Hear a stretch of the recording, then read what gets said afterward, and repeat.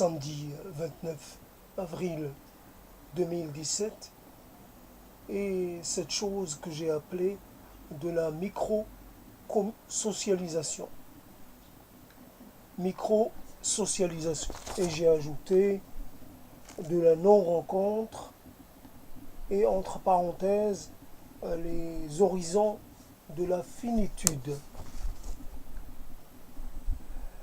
Ça n'est pas évident de reprendre après quelques semaines d'arrêt et souvent parce que je manque de bande passante et que il y a beaucoup de programmes qui sont lancés et donc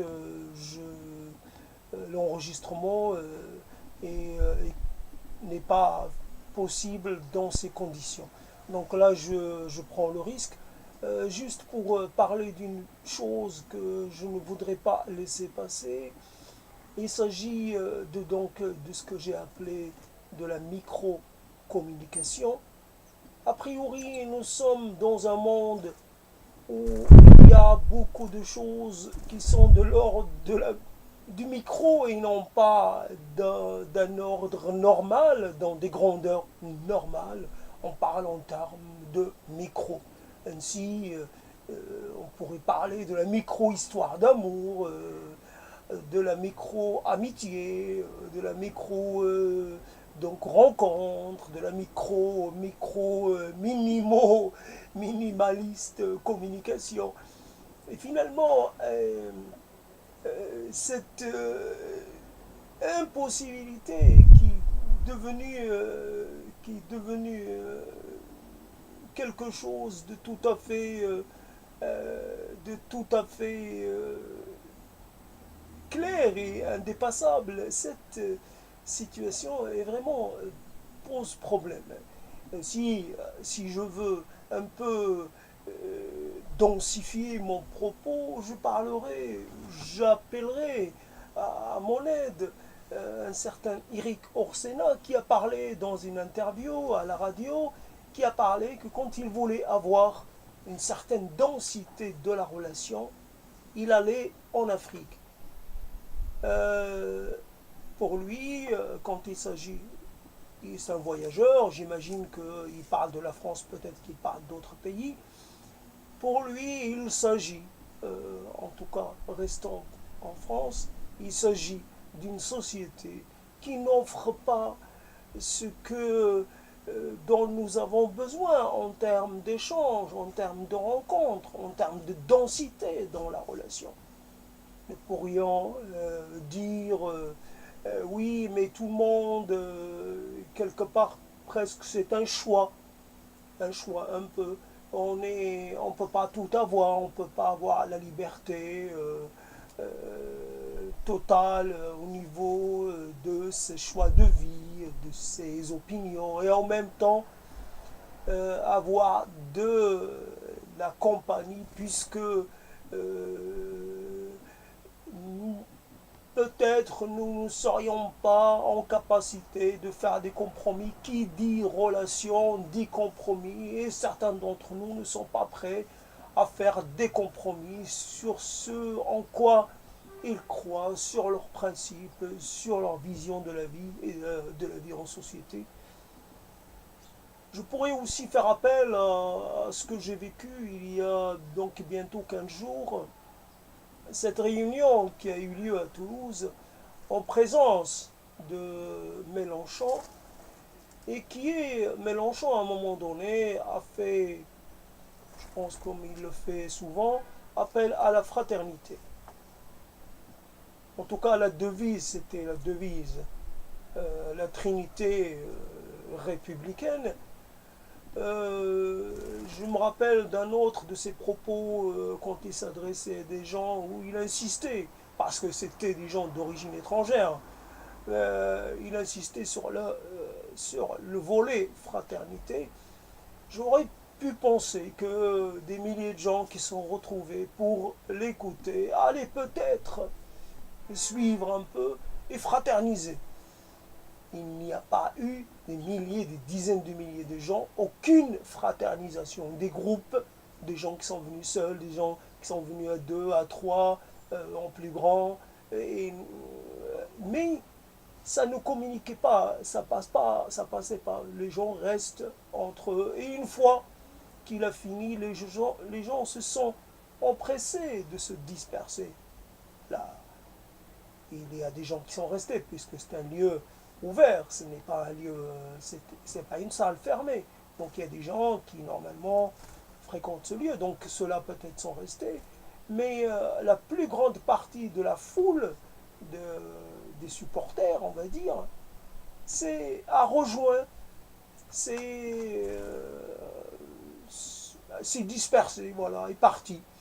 Donc il n'y a pas eu d'après-meeting, il n'y a pas eu des gens qui se sont mis à discuter, et puis les groupes se sont mélangés, et puis il y a eu une dynamique pour discuter de ses propos, pour discuter des étapes à faire, de la mobilisation, pour discuter un peu de tout, puisque on était là, et tant qu'à faire, on avait encore le temps, puisque l'assemblée, le meeting s'est terminé vers 17 h, et puis il pleuvait pas, puis il faisait bon, il faisait ni très chaud, ni très froid, c'était un temps idéal pour pouvoir, oui, pourquoi pas, quelque chose de tout à fait,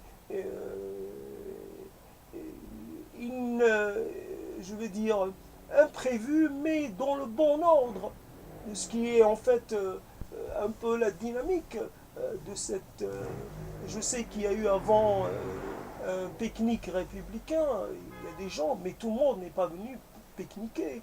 Et donc, c'est toujours dans cette histoire de France et dans la vie en général, on est, euh, on est réduit à devoir accepter le fait social accompli, que on est seul si on n'a rien à échanger, si on n'est pas positionné comme il faut, on n'intéresse pas les gens, on n'interpelle pas les gens, et finalement nous, nous basculons dans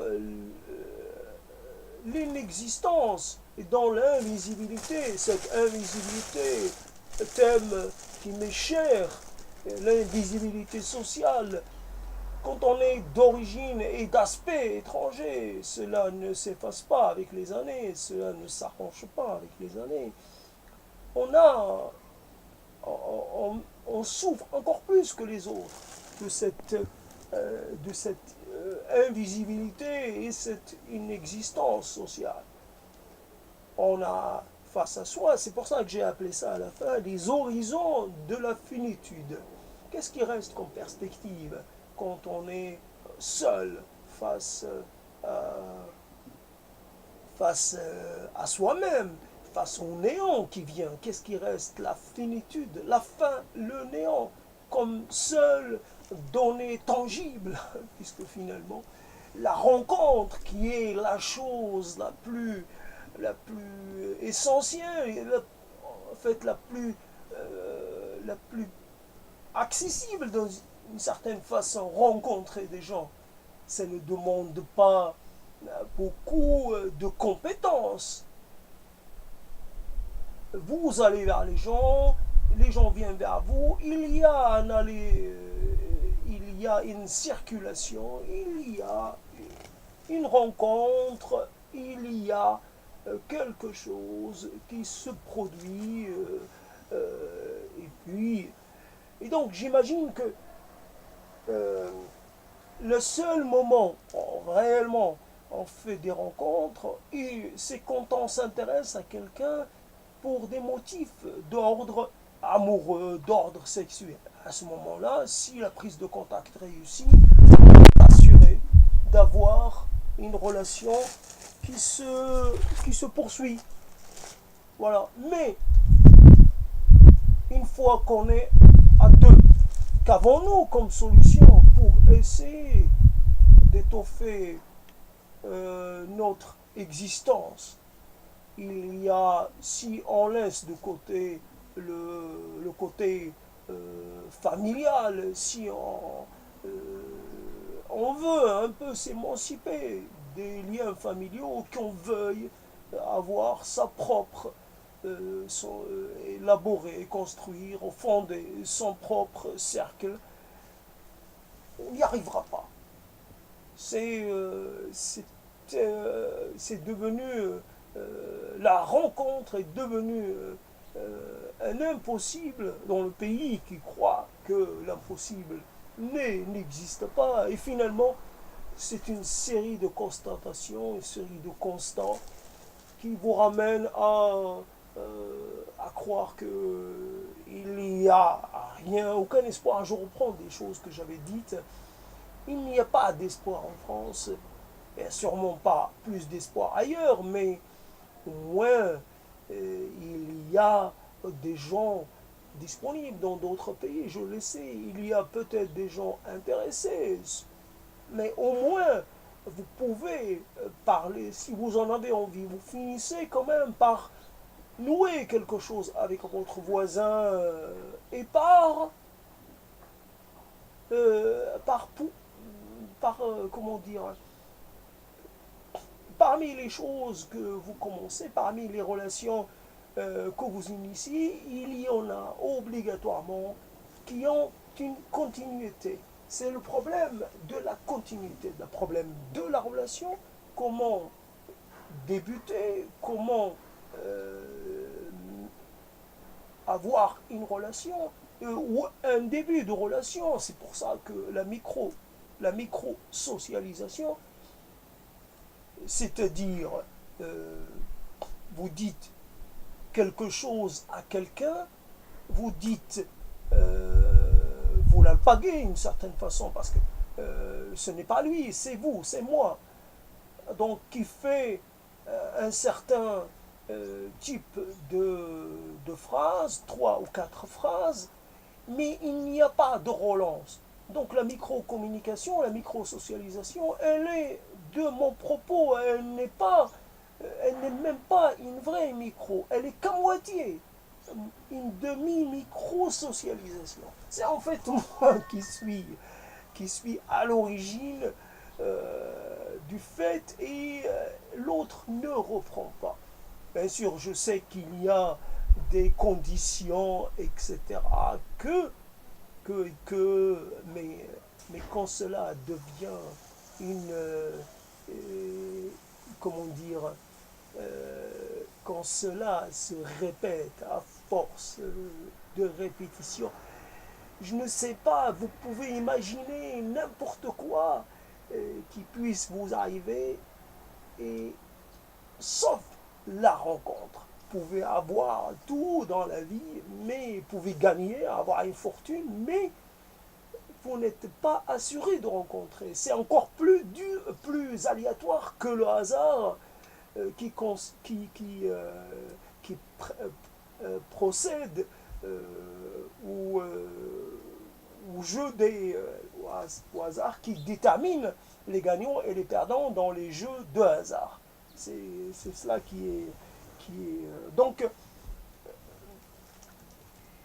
et puis voilà, micro-socialisation. Si vous faites de la micro-socialisation, même si vous en faites beaucoup, ça ne en fait pas en fin de compte une vraie socialisation. Ça ne se ça ne se ça ne se compile pas, ça ne se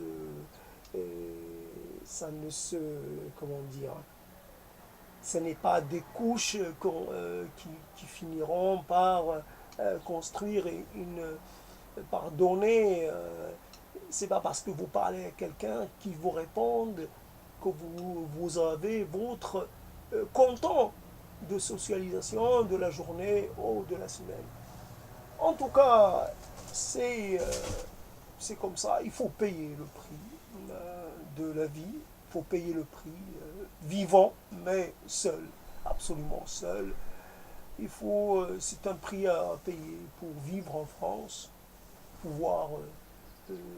C'est plus qu'obéir aux lois, plus que consentir à des règles de bon, comment dire, de bon comportement, c'est plus accepter le fait de devoir rester seul parce que On a perdu les liens qu'on avait parce que il devient quasiment impossible d'en, d'en construire d'autres.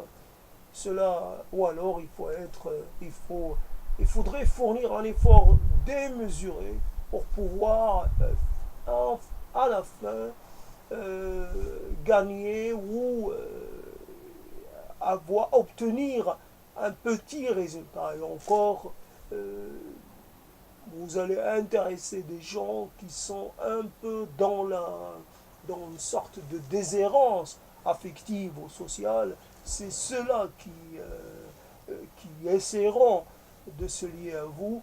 Après, vous pouvez faire ce que vous voulez, vous n'aurez pas accès au domicile. Ou alors, il faut vraiment être d'une d'une persévérance et d'une volonté, euh, je veux dire, à toute épreuve. Il faut. Voilà, donc il y a une coupure, il y a une possibilité.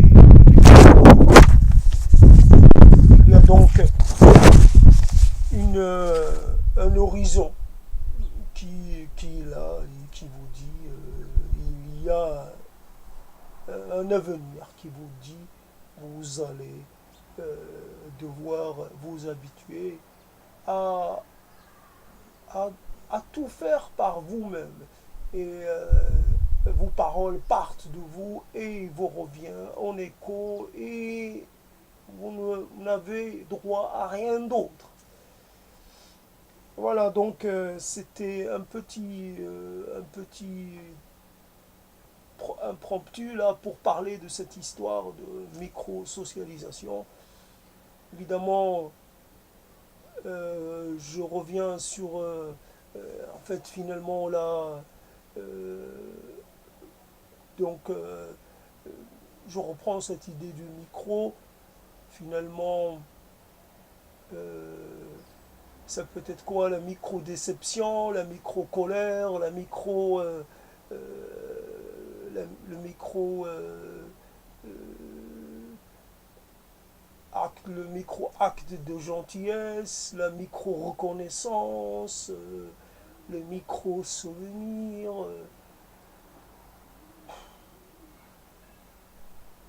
Si j'avais su, si on m'avait dit au début, au tout début, si on m'avait dit,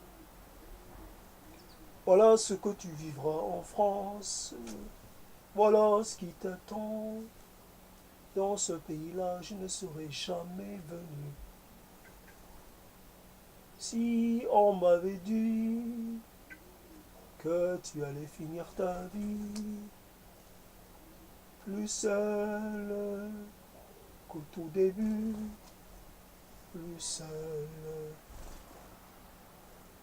que jamais, si on m'avait averti, si on m'avait conseillé, si on m'avait prévenu, j'aurais fait, j'aurais fait autre chose, je n'aurais jamais bougé de mon coin, je me serais jamais envolé pour ce pays, pays gris, pays fade, pays maudit, pays sombre. Il ne vous promet rien, rien d'autre qu'une fin de vie, une fin de vie en silence. Tu vas crever seul dans ton coin, personne ne sera là pour veiller sur toi, pour t'accompagner dans tes ultimes moments. Voilà ce qui t'attend en France. C'est triste, mais c'est la France. C'est dommage, mais c'est la France. Voici le bel avenir. Voici la belle promesse.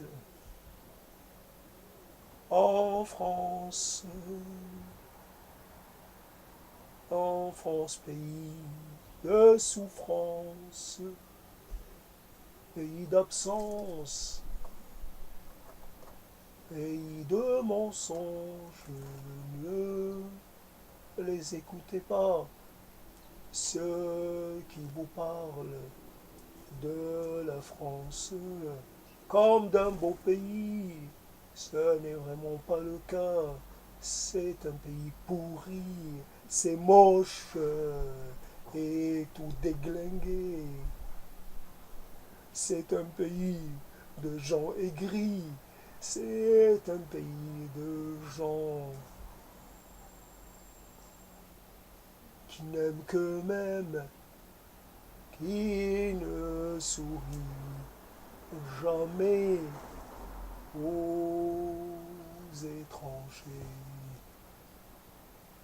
Écoutez de ceux qui ont raconté leur mauvaise vie en France, de Nathalie Portman à tant d'autres, qui elle a tant souffert. Et elle était si soulagée de repartir, oui, mais c'est Nathalie Portman. Et moi, je ne suis pas, je ne suis pas de 1000 pieds, je n'ai pas la possibilité d'aller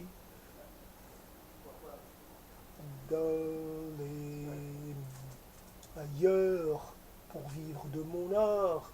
Je suis prisonnier de ce pays, de son atmosphère, et dans son mauvais air. Je suis là et j'attends qu'on m'enterre, qu'on m'oublie, qu'on...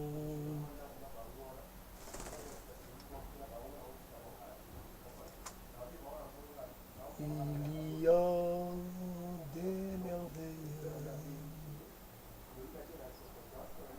il y a des merveilles et des choses agréables, mais pas ici, pas dans ce pays. J'aimerais pouvoir m'envoler, j'aimerais pouvoir me libérer, j'aimerais pouvoir aller ailleurs, ne serait-ce qu'un instant, oublier ces gueules d'enterrement, oublier ces gens qui ne m'aiment pas et que je n'aime pas. Je ne suis pas obligé de les aimer parce que ils me détestent depuis toujours. Ils me voient comme quelqu'un de bizarre, quelqu'un de pas net. Ils n'ont rien à fiche de ce que je peux dire, de ce que je peux faire. Ils n'ont rien à fiche de mes rêves. Voici ce qui m'attend. Encore plus de solitude et encore plus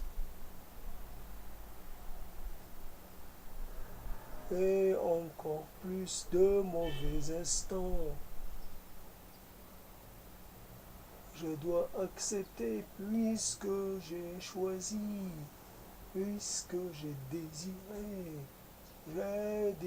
ce pays et il me le rend bien, comme quand on aime quelqu'un qui vous n'aime pas.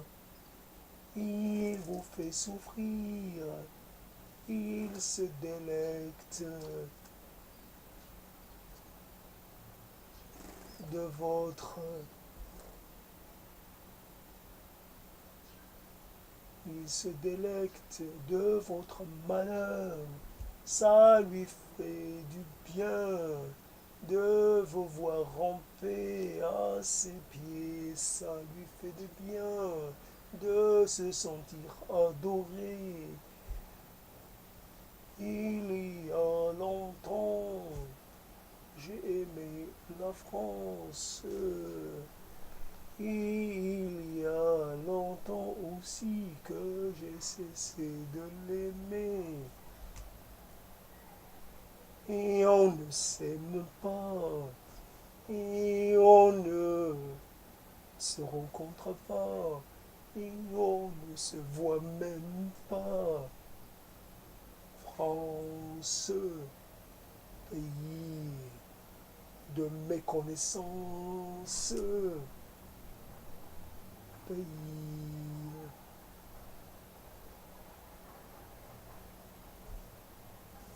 Ainsi quelques mots comme ça, à la volée, pour dire, parce que le désir,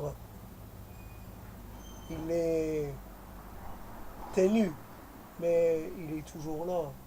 Le désir que les choses s'améliorent, non, que quelque chose puisse se produire. Le désir d'un miracle. Mais le miracle, ça n'arrive, si ça doit arriver, ça n'arrive qu'une fois. Et ça ne règle pas tout. Un miracle. Il faudrait des tonnes de miracles pour arranger un tant soit peu cette situation. Bon, c'est comme ça, c'est les choses dans, dans cette situation.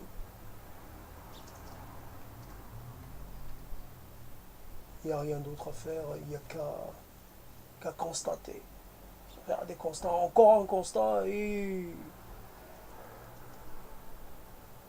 en attendant peut-être d'autres constats. Cette terrible situation. Évidemment que les mots ne suffisent pas.